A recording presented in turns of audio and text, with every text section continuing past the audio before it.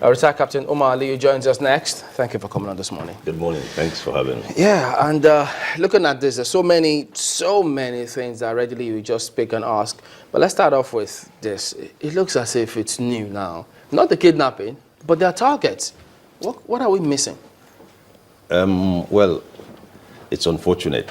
I was particularly very, very moved by Obiakaise, the Agbogidi of Ubuluku. I was really moved by his, because I followed it, and somewhere along the line, we learned 100 million was raised, and well, it still happened. 100 million? Yes. It must be lucrative. That's why exactly. It's continuing. Before I begin to say anything, our traditional rulers are becoming an endangered species. If we don't do something, they may just as well go extinct. And I'll tell you why they are becoming an endangered species. Because the business of kidnapping them is lucrative. On the 9th of December 2012, the wife of a sitting monarch was kidnapped from the palace grounds. Her daughter was a serving minister. I spoke and wrote and actually said, this is an opportunity for royalty to stamp their feet and make a statement. We lost that window. Now it's being exploited. And suddenly, kidnapping traditional rulers is like 2 for 10 kobo. Unfortunate. But then, what is really happening? What's the solution? What's the way forward?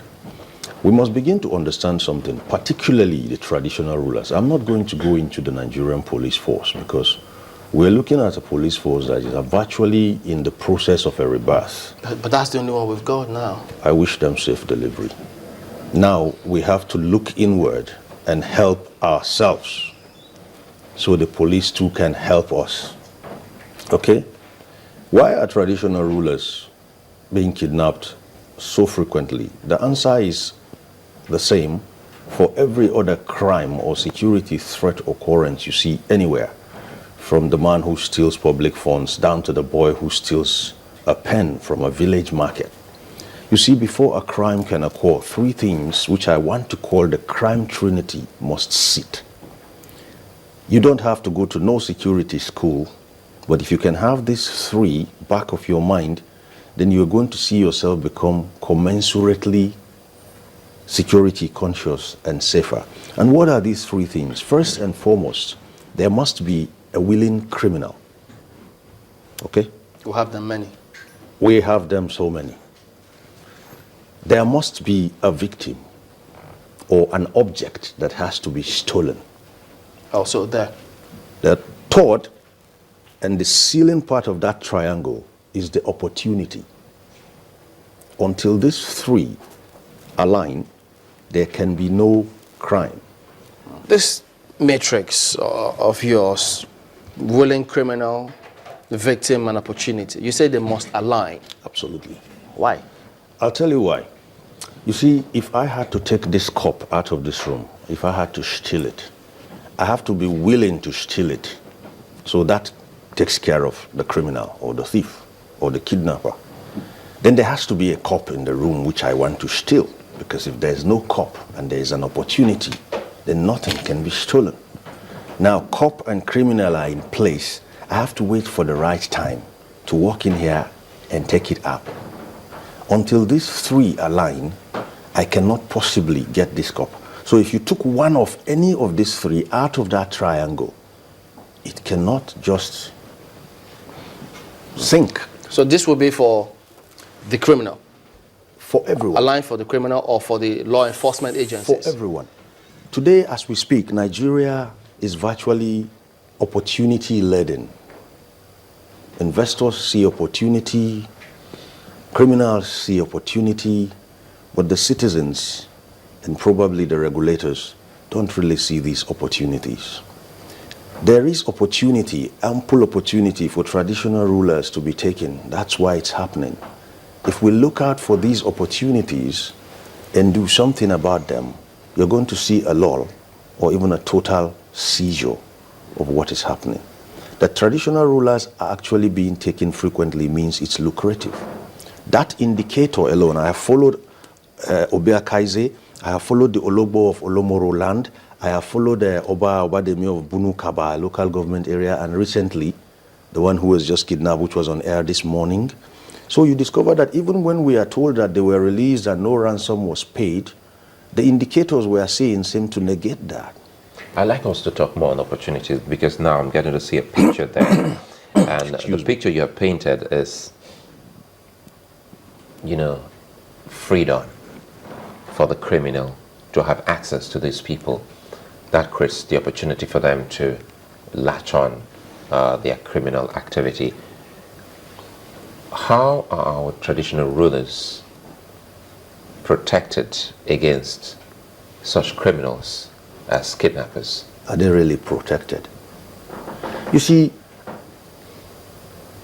with all due respect, without sounding immodest, I come from a royal home. And my own royal big daddy is fanatical about security. And for him to be able to do that, he had to do away with the ceremony. When he was coronated, he really drew the angst of a lot of people. Because our traditional rulers, their itinerary and the retinue around them is more ceremony heavy than it is security heavy. In fact, security operatives lobby to be posted to traditional rulers to bask in the shadow of the publicity they get. If you knew what it takes to protect a VIP, you will weep the day you are posted there. In fact, you are going to get gray in the hair. And before you can begin to see the opportunity a kidnapper sees as a security detail or as a security officer to a principal, you virtually have to wear the eyes of the threat.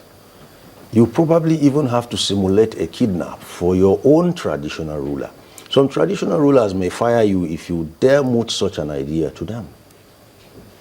And if you don't do that, you won't begin to see through the eyes of the threat, nor will you begin to think with the head of that threat. You won't begin to see the opportunities he sees. It's an unusual and queer way of doing things, but it works for me. It works for me. So the opportunities I'm talking about are simple. Those who go in there and take traditional rulers for ransom, whether in their palaces or on the road, have simply been able to juxtapose and do an appraisal of this triangle. And speaking about this same triangle that you speak about, because I think it's only in some of the major cities in this country. So in spite of all the talks about security, what we need to do to protect ourselves and keep ourselves aware constantly about all of these threats, when you get to many of these other communities, you don't see that kind of awareness. You don't feel that there's any need or that they're even listening or buying into that message that everybody needs to be on their toes, right from the security agencies to the citizenry. Why is that? Yes, indeed. The security agencies, excuse me, the security agencies have a very, very key role to play here. So do other, pressure and interest groups.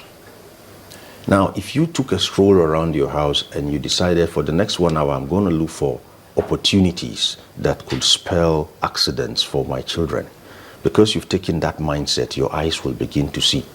Your frontal lobes in your head will just... Personal cognition system kicks in. Exactly. So, the traditional ruler, the public, what do you call them now? Public works department, the policeman, the traffic warden, you have to stand on your station and look for opportunities that can actually cause that which you are there to prevent. You don't wait for the smoking gun. Okay, you don't wait for the smoking gun. Psychological operations is still very much, asleep with the Nigerian police.